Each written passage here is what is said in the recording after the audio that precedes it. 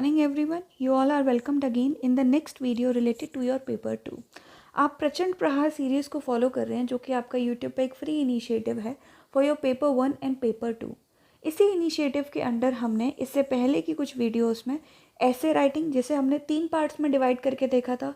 First video was related to intro, second was your body and third one was the conclusion. And last video में हमने argument writing सीखी थी. ठीक है, आज की वीडियो में हम देखने वाले हैं प्रेसी राइटिंग कैसे करनी है ना. पेपर 2 में आपका CAPF के पेपर 2 में प्रेसी राइटिंग जो है इट कंसिस्ट्स ऑफ 15 मार्क्स. ठीक है, ये आपकी 15 मार्क्स की आती है. ठीक है, यूजुअली ये आपकी 300 से 400 वर्ड्स की एक प्रेसी आती है ना.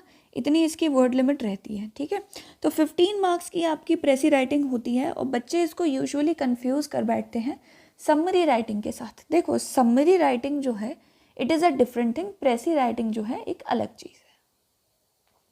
दोनों अलग हैं in the sense summary writing में you have to be a bit general. ठीक है, समरी राइटिंग में आप थोड़े से जनरल टोन पे लिखते हैं, लेकिन प्रेसी राइटिंग में you have to be specific about the author's tone और ऑथर क्या बात कह रहा है ना. समरी राइटिंग में आप जनरल पॉइंट डाल सकते हैं, लेकिन प्रेसी राइटिंग में आपको स्पेसिफिक पॉइंट्स प्रेसी के उठाकर मेंशन करने होंगे. यानी कि आप यहाँ पे कोई भी पॉइंट मिस नहीं कर सकते, जो कि आप समरी के केस में कर सकते हैं. ठीक है, दूसरी बात यह है कि समरी राइटिंग में there is no word limit, लेकिन प्रेसी राइटिंग में रूल होता है कि ये यूजुअली 1/3 वर्ड्स में लिखी जाती है. तो CAPF AC के असिस्टेंट कमांडेंट एग्जामिनेशन के पेपर 2 में भी आपको 1/3 वर्ड्स में ही लिखनी है वहाँ पे भी. ठीक है, इसकी एक प्रॉपर शीट होती है आपके लिए. वो शीट मैं आपको दिखा देती हूँ जो कि आपको एग्जाम में मिलती है इन योर पेपर 2 बुकलेट, जो कि वहाँ पे अटैच्ड होगी. ये है आपकी वो शीट. ठीक है, ये आपका एक स्पेसिमेन है फॉर योर पेपर 2 प्रेसी राइटिंग, है ना. इसमें आपको इन बॉक्सेस में प्रेसी जो है वो लिखनी होती है. अब आप इन बॉक्सेस के साथ यूजुअली कुछ बच्चे आप में से गड़बड़ क्या करते हैं आप लोग, ये बात मैं इसी पॉइंट पे बता देती हूँ. उसके बाद हम देखेंगे प्रेसी राइटिंग के फर्दर रूल्स क्या हैं, कैसे एक प्रेसी लिखनी है, एक फुल फ्लेश लिखी हुई प्रेसी भी हम देखेंगे. बट फर्स्टली देखो कि आप लोग क्या करते हो. मान लो कि आपको एक पैराग्राफ को आपने शॉर्टन किया. ठीक है, वो पैराग्राफ आपका शॉर्टन करने के बाद यहाँ से लेके यहाँ तक इस वाले बॉक्स तक ख़त्म हो गया. यहाँ तक, यहाँ से स्टार्ट किया आपने और यहाँ तक जो है ये ख़त्म हो गया. ठीक है, उसके बाद आप क्या करते हो, आप या तो नेक्स्ट लाइन से लिखना शुरू करते हो या फिर यहाँ से लिखना शुरू करते हो. प्रेसी राइटिंग में ये काम नहीं करना होता है ना. ये जो वर्ड काउंट आपको यहाँ साइड पे दे रखा है ना, ये इन वर्ड्स को काउंट करने के लिए ही है. तो ये यहाँ पे बीच में बॉक्सेस खाली नहीं छोड़ने हैं. प्रेसी राइटिंग में आपको पैराग्राफ्स नहीं बनाने हैं. ठीक है ना. अगर आप प्लेन शीट पे प्रेसी लिखते हो, है ना, प्लेन शीट पे प्रेसी लिखते हो तो आप वहाँ पे पैराग्राफ में डिवाइड करके लिख सकते हो. लेकिन जब आपको प्रॉपर इस तरीके से शीट दी गई है अलग से लिखने के लिए, तो फिर आप इस तरीके से गैप डाल के यहाँ पे नहीं लिखेंगे, आप सभी बॉक्सेस में कॉन्टिन्यूएशन में लिखेंगे. ठीक है, अगर बीच में कोई पैराग्राफ खत्म होता है तो नेक्स्ट जो बॉक्स है वहीं से अगला पैराग्राफ शुरू होगा, है ना. और कोई भी पैराग्राफ ना आपको पंचुएशन मार्क्स के लिए यूज़ नहीं, कोई भी बॉक्स जो है उसको पंचुएशन मार्क्स के लिए इस्तेमाल नहीं करना है. जैसे कि मान लो यहाँ पे मैंने कोई वर्ड लिखा ट्री, फिर यहाँ लिखा फ्लावर्स, तो आपको क्या करना है कि अगर आपको कुछ चीज़ों के बाद कॉमा लगाना है तो यहाँ आप जो भी वर्ड लिख रहे हैं कॉमा उसके बाद यहीं पे लगा दीजिए. ठीक है, आपको इंग्लिश के इतने बेसिक रूल्स पता होने चाहिए कि आपका जो पंचुएशन मार्क होता है वो हमेशा प्रीसीडिंग वर्ड, जो पहले वाला वर्ड होता है उसके साथ अटैच होकर आता है. अब आप में से कुछ बच्चे क्या करते हैं, यहाँ पे एक वर्ड लिखा, यहाँ इस बॉक्स में कॉमा लगाया, फिर यहाँ वर्ड लिखा. ये नहीं करना है आपको, है ना. कॉमा हमेशा इस पहले वाले वर्ड के साथ लगेगा, ना कि अगले वाले वर्ड के साथ, और अगला वाला वर्ड इसी बॉक्स में आएगा. ये रूल भी याद रखना है जब बात आती है ऐसे बॉक्स पे लिखने की. इतना क्लियर हो गया, स्पेसिमेन देख लिया, फाइन. प्रेसी जो है आपको सबसे लास्ट में अटेम्प्ट करनी है.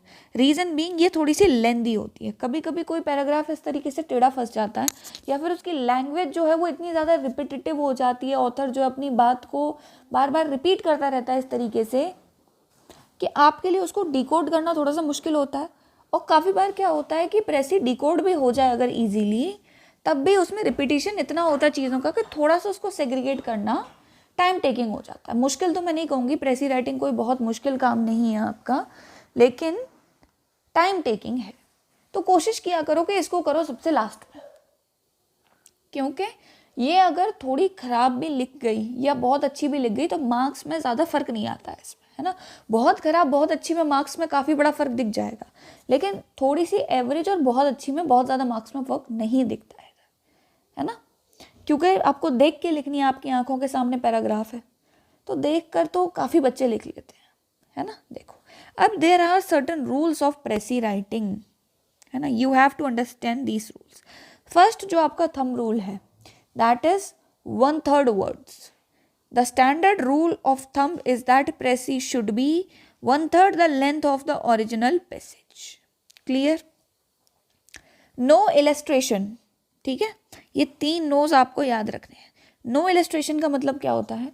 There will be certain examples from the side of the author. Author अपनी बात को एम्फेसिस करने के लिए, क्लियर करने के लिए, इफेक्टिव बनाने के लिए, you have to remove all those examples, all those anecdotes and metaphors. ठीक है, जो भी ऑथर है आपका, वो बात को ज़्यादा ब्यूटिफाई करके बोलता है, इंग्लिश की ज़्यादा इलस्ट्रेशंस यूज़ करता है, तो वो चीज़ें आपने कट ऑफ करनी है एकदम। ठीक है, इतना क्लियर हुआ? You have to remove examples, anecdotes and metaphors. Clear? लेकिन कभी कभी क्या होता है ना, प्रेसी में हमें कुछ एग्जाम्पल्स ऐसे मिलते हैं जो कॉमा कॉमा करके फॉर्मेट में नहीं आते हैं सेंटेंस में, है ना। कुछ एग्जाम्पल्स ऐसे होते हैं जो शॉर्ट में कॉमा कॉमा करके डाले जाते हैं, but there are certain examples जो कि जिनके लिए पूरी 4 to 5 लाइंस जो है एग्जामिनर डेडिकेट करता है, या फिर पूरा पैराग्राफ एग्जामिनर जो है डेडिकेट करता है, तो उन्हें आप प्रेसी में इंक्लूड कर सकते हो।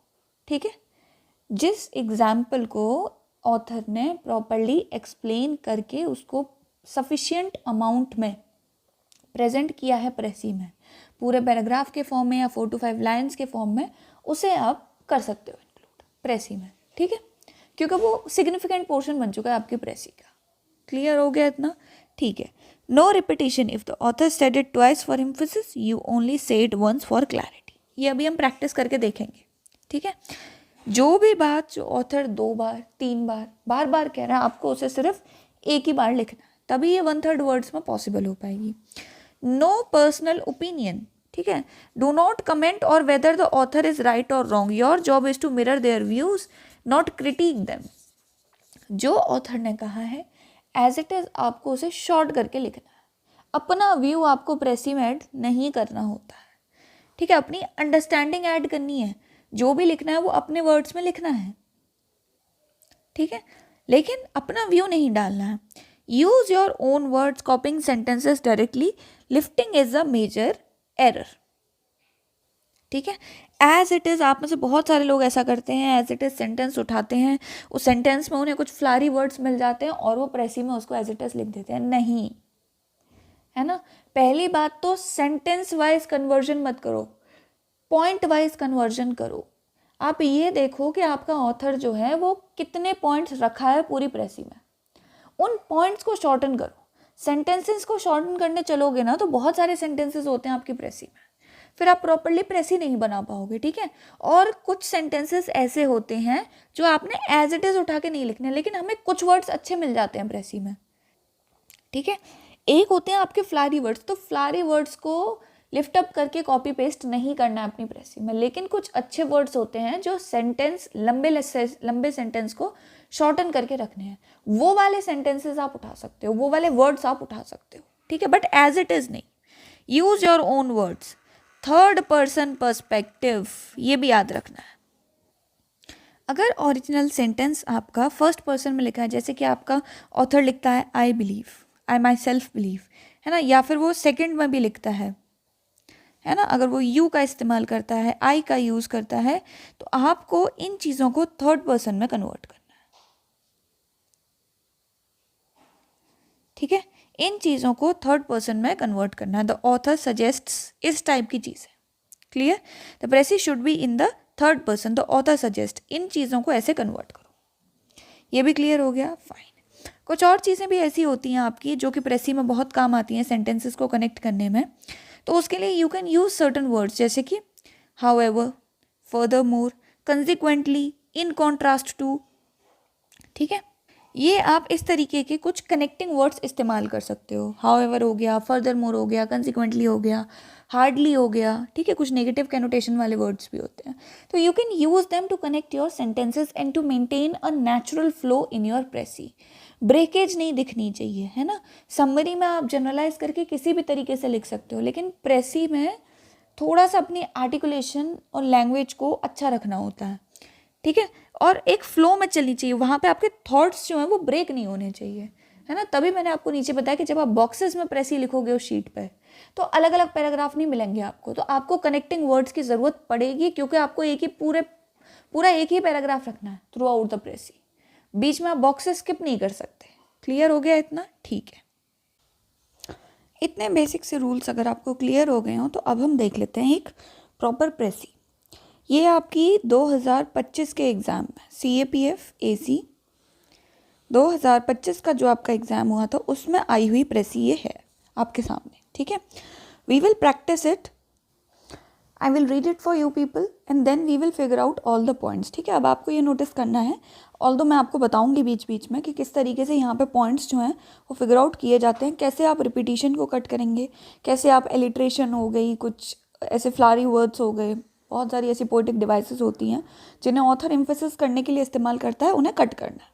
ठीक है, ये हम इस प्रेसी के थ्रू देखेंगे एंड देन हम लास्टली इसी प्रेसी को प्रॉपरली किस फॉर्म में लिखा जाता है वो से देखेंगे। देखो यहाँ पे ये जो प्रेसी मैंने लिखी है ना, ये मैंने यहाँ पे 2 पैराग्राफ्स में लिखी है क्योंकि मैंने यहाँ पे बॉक्सेस यूज़ नहीं किए हैं। लेकिन जब आप इन बॉक्सेस में लिखोगे ना इस प्रेसी को, तो आपको बीच में एक भी बॉक्स में गैप नहीं डालना। ठीक है, ये प्रेसी आपकी है टोटल 431 वर्ड्स की। यहाँ पे एंडिंग में आपको एग्जामिनर जो है वो वर्ड्स दे देता है लिख के फाइनली 431। ठीक है, तो काउंटिंग करने में आपका टाइम वेस्ट नहीं होगा। 431 को अगर मैं डिवाइडेड बाय 3 करूँ तो ये 125 वर्ड्स के अप्रॉक्स में कहीं पे आ जाता है कि 125 वर्ड्स के अप्रॉक्स मुझे कोई भी एक प्रेसी लिखनी है। ठीक है, तो पहली चीज़ तो ये हो गई। तो इसी से हमें ये अंदाज़ा लग जाएगा कि 120-125 वर्ड्स हमारे यहाँ तक 70 वर्ड्स हैं। ऐसा ही आपको एक और पेज दिया जाता है जिसमें यहाँ तक 80, यहाँ तक 90, यहाँ पे आपका 100, 110, 120 और ये नेक्स्ट लाइन के ये स्टार्टिंग के 5 बॉक्सेस भी आप यूज़ कर सकते हैं। ठीक है, तो इतना मतलब आपका 2 पेज में एडजस्टमेंट हो जाएगा और आपकी पूरी प्रेसी जो है वो कंप्लीट हो जाएगी, है ना। इतना क्लियर हो गया? ठीक है, अब हम प्रेसी को देखते हैं। ये प्रेसी है आपकी 2025 की। In order to understand, clearly यहाँ पे दिख रहा होगा आपको, in order to understand what religion means by the love of God, it is necessary first to distinguish the 2 kinds of love signified by the Greek words eros and agape। ये आपका first point हो गया। 2 line में आपका एक point हमने देख लिया है। ठीक है, अब इस एक पॉइंट को आप कन्वर्ट किस तरीके से करोगे, ये पूरा एक पॉइंट है क्योंकि इसके बाद आपका नेक्स्ट पॉइंट जो है वो इरोस की डेफिनेशन, एगेप की डेफिनेशन, ये चीज़ें शुरू होती हैं, है ना। तो आपको यहाँ तक क्या देखना है, यहाँ तक आपको ये एक पॉइंट मिल गया पूरा, इसको आप कन्वर्ट करना है शॉर्ट फॉर्म में। कैसे करोगे, यहाँ पे देखो, to understand religion's love of God one must distinguish between eros and agape. एक और चीज़ आप यहाँ पे लिख सकते हो, एक और पॉइंट चाहे तो ऐड कर सकते हो, one must distinguish between 2 Greek words, ये भी लिख सकते हो, 2 ग्रीक वर्ड्स इरोस एंड अगेप। ठीक है, ये भी डाल सकते हो, 2 ग्रीक वर्ड्स डाल सकते हो, और नहीं भी डालोगे तो भी चल जाएगा, इरोस एंड अगेप। आपने सिंपली यहाँ पे ये बता दिया, एक पॉइंट कंप्लीट हो गया। पॉइंट्स नहीं छूटने चाहिए बस। देन अच्छा, कुछ बच्चे क्या करते हैं आप में से, एग्जामिनेशन हॉल में प्रेसी को पढ़ने के बाद पहले उसका एक ड्राफ्ट बनाते हैं, फिर प्रेसी लिखते हैं बॉक्सेस में। अब ड्राफ्ट बनाने में ना एग्जाम हॉल में बहुत ही ज़्यादा टाइम लगेगा अगर अलग से ड्राफ्ट लिखोगे तो क्या किया करो कि जैसे अब मैं यहाँ पे मार्किंग कर रही हूँ ना, इसी तरीके से अलग अलग पॉइंट्स की मार्किंग कर लो, ऐसे लिख लिया करो वहीं के वहीं क्वेश्चन पेपर पर कि this is point number 1, next this is point number 2। अलग से ड्राफ्ट लिख के फिर मत लिखना, उसमें फिर बहुत ज़्यादा टाइम चला जाएगा, 2 बार प्रेसी लिखनी पड़ जाएगी आपको। यहीं की यहीं मार्किंग कर लिया करो। Eros is desiring love, love that is evoked by desirable qualities of the beloved.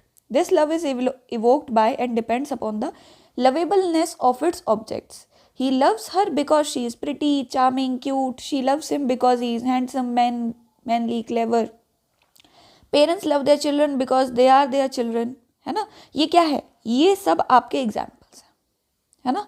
यहाँ तक डिपेंड्स, आपको बस मेनली एक पॉइंट यहाँ से ये उठाना है कि इरोज जो है it is a kind of desiring love which is evoked by the desirable qualities of the beloved.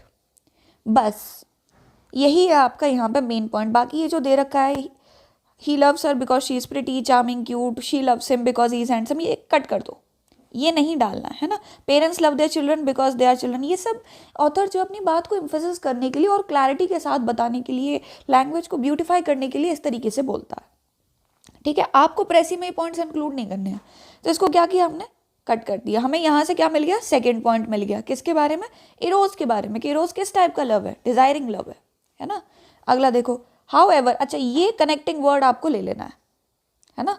How ever के साथ आप कनेक्ट कर सकते हो। When religion speaks of God's love for mankind it employs a different term agape. अब ये line फिर cut कर देनी है। ये मतलब क्या किया यहाँ पे एग्जामिनर ने, है ना। यहाँ पे आपका जो ऑथर है इसने क्या किया है, when religion speaks of love speaks of God's love for mankind it employs a different term agape. आप जब अपनी प्रेसी में इसको लिखोगे तो सीधा लिख सकते हो कि इरोस जो है वो डिजायरिंग लव है ना। It is evoked by the desirable qualities of the beloved, and आप लिख सकते हो एक कनेक्टिंग वर्ड वेयर एज, है ना। वेयर एज अगेप जो है ना, या फिर आप वेयर एज की जगह यहाँ पे सीधा अनलाइक वर्ड भी उठा सकते हो। ये कुछ ऐसे वर्ड्स हैं जो प्रेसी में से डायरेक्ट उठा सकते हो। Unlike eros agape is unconditional universal in its range, ठीक है। ये वाली लाइन कट कर देनी है, ये फिर से एक एडिशनल लाइन है जो आपके किसी काम की नहीं है ना। तो एक पॉइंट हमें मिल गया, दूसरा पॉइंट यहाँ से, तीसरा पॉइंट हमें यहाँ से मिल जा रहा है अगेप की definition. It is given to someone not because she or he has special characteristics but simply because that person is there as a person, ठीक है। अब इस लाइन को भी आपको शॉर्ट करना है। The nature of agape is to value a person in such ways as actively to seek his or her deepest welfare and fulfillment। अब इस पूरे को कनेक्ट करके एक से दो लाइन में कन्वर्ट कर देना, दो लाइन में, ठीक है, ताकि आपका जो है पॉइंट्स कुछ ज़्यादा ही शॉर्ट ना हो जाए, बात जो है वो ज़्यादा क्लियरली ना निकल पाए, और हम ये जो अननेसेसरी एग्जाम्पल्स दे रखे इन्हें भी कट कर सकें। लैंग्वेज भी अच्छी रखनी है हमने, शॉर्ट भी करना है, अननेसेसरी को कट भी करना है, और बहुत ज़्यादा शॉर्ट और जनरल भी नहीं कर देना है समरी की तरह, ठीक है। तो इसको मैं दिखाती हूँ यहाँ पे तीसरा पॉइंट कैसे लिखोगे, देखो। While eros is a desiring love triggered by the attractive qualities or relationship of the beloved, ठीक है, पूरा एक्सप्लेन किया है ना। Triggered by the attractive qualities or relationships of the beloved. Agape is, अच्छा ये रिलेशनशिप वर्ड कहाँ से आया, ऊपर आपको एक एग्जाम्पल दे रखा था, parents love their children because they are their children, तो वहाँ से आपने डिराइव कर लिया कि रिलेशनशिप पे भी डिपेंड करता है, अट्रैक्टिव क्वालिटीज पे भी डिपेंड करता है। दोनों पॉइंट्स हमने इंक्लूड किए और एग्जाम्पल को कट कर दिया, इस तरीके से कन्वर्ट होगा। Agape is unconditional and universal, पहली क्वालिटी अगेप की, it is unconditional and universal, हमने पॉइंट मिस नहीं किया। It is not earned through merit or virtue but it is given simply because a person exists actively seeking their ultimate welfare. ये पूरी line को shorten किया, लेकिन बहुत ज़्यादा शॉर्टन भी नहीं किया है ना, एक एक पॉइंट कवर अप किया है। It is given to someone not because he or she has special characteristics but simply because that person is there as a person. The nature of agape is to value a person in such ways as actively to seek his or her deepest welfare and fulfillment. यहाँ तक। It is in this sense that religion speaks of God's love for mankind. When it is said, for example, God is love, or that God so loved the world, the word used is agape and its cognate. इसको cut कर दो, है ना। ये एकदम ही extension है, वही language को ब्यूटीफाई करने के लिए, बात को ज़्यादा क्लैरिफाई करने के लिए, इस पॉइंट को भी आप कट कर दो। तो 3 से 4 पॉइंट्स जो हैं हमने फर्स्ट पैराग्राफ में से ही निकाल ली हैं। इसे अगर हम 2-2 लाइन में भी डाल देंगे तो ये टोटल आपकी 8 लाइन्स बन जाएंगी, ठीक है। तो करीब करीब 50 to 54 वर्ड्स आपके यहाँ तक आ गए, 54 वर्ड्स तक। अब आपको लिखने कितने हैं, है ना, 60 के अप्रॉक्स और लिखने हैं, 60-70 वर्ड्स और, ठीक है। यहाँ तक क्लियर हो गया। अब आगे देखो next para. God's universal love for human creatures, a love not rooted in their virtue or in what they have deserved, but in God's own nature as agape, is the basis for that side of theistic religion that knows God as the final succor and security of a person's life. ठीक है, God is our refuge and strength and a very present help in the trouble. है ना. अब इस पूरी line में से पूरा का पूरा एक लाइन है आपकी, फुल स्टॉप यहाँ पे है, इसको आपने शॉर्टन करना है, लेकिन इसका कोई भी पॉइंट नहीं छोड़ोगे. इस पूरी लाइन में अगर मैं कुछ मेन पॉइंट्स निकालूं तो वो क्या है कि God's love is universal, point number 1, है ना. दूसरा, it is not rooted in their virtue, point number 2, है ना. तीसरा है, it is the basis for that side को छोड़ दो, it is the basis for the theistic side of the religion which considers God as final succor. And God का जो love है उसका अल्टीमेट पर्पस क्या है, to provide security to a person's life. ठीक है, तो 2 चीज़ें हमें यहाँ से 3 चीज़ें मिली. एक यूनिवर्सल है, दूसरा it is not rooted in the virtue, तीसरा ये आपका थीस्टिक साइड है रिलीजन की जो कहती है कि गॉड गिव्स द, या फिर God's love gives the final security to a person's life. ठीक है, for the ultimate of grace is believed to be also the ultimate of power, the sovereign love which guarantees our final fulfilment and wellbeing. एक point ये ले लो कि एक तो purpose क्या है, सिक्योरिटी ऑफ लाइफ, दूसरा है फाइनल फुलफिलमेंट और वेलबींग. ठीक है, अब इस पूरे को शॉर्ट करके आपको एक ही लाइन में लाना है, लेकिन कोई भी पॉइंट नहीं छूटेगा. तो देखो, this divine agape serves 2 roles. It provides a sense of security and grace, acting as a refuge rooted in God's nature rather than human worthiness. ठीक है, सारे पॉइंट्स हमने देख लिए यहाँ पे, है ना. It provides a sense of security, security वाला पॉइंट हो गया. ग्रेस, वेल बींग, ठीक है. Acting as a refuge rooted in God's nature rather than human worthiness. ठीक है, सारे पॉइंट्स हमने जो है यहाँ पे कवर अप कर लिए. अब आगे देखो, this infinite divine love also gives rise to that side of religious experience in which God is known as claiming the total obedience of a person's life. God is thought of as Lord, King as well as Father. इसको cut कर दो, ये examples हैं, है ना. The divine commands come with the essence of absolute and unconditional claim, a claim that may not be set in the balance with any other interest whatever, not even life itself. This element of demand can be viewed as an expression of divine love, seeking the best that lies potentially within the creature. अच्छा, यहाँ से हमें 2 बातें पता चली. God का love unconditional है, absolute है, ये तो रिपीटेशन हो गया, है ना. ये रिपीटेशन हो रहा है बार बार. ठीक है, अनकंडीशनल, एब्सोल्यूट, रिपीटेशन है, कट करना है इसको, ये आपको प्रेसी में नहीं डालना. लेकिन एक चीज़ जो हमें यहाँ से पता चली कि जो गॉड्स लव है वो टोटल ओबीडियंस कमांड कर लेता है कभी कभी. ठीक है, in certain instances God's love जो है वो टोटल ओबीडियंस क्लेम कर लेता है ऑफ अ पर्सन्स लाइफ, है ना. और उसका पर्पस क्या होता है, उसका पर्पस होता है to bring out the best which is present within the creature. ठीक है, किसी भी क्रीचर में जो बेस्ट पोटेंशियल प्रेजेंट है उसको बाहर लाना, है ना. Even between human beings there is nothing so inexorably demanding as a love that seeks our highest good and cannot be content that we be less than our best.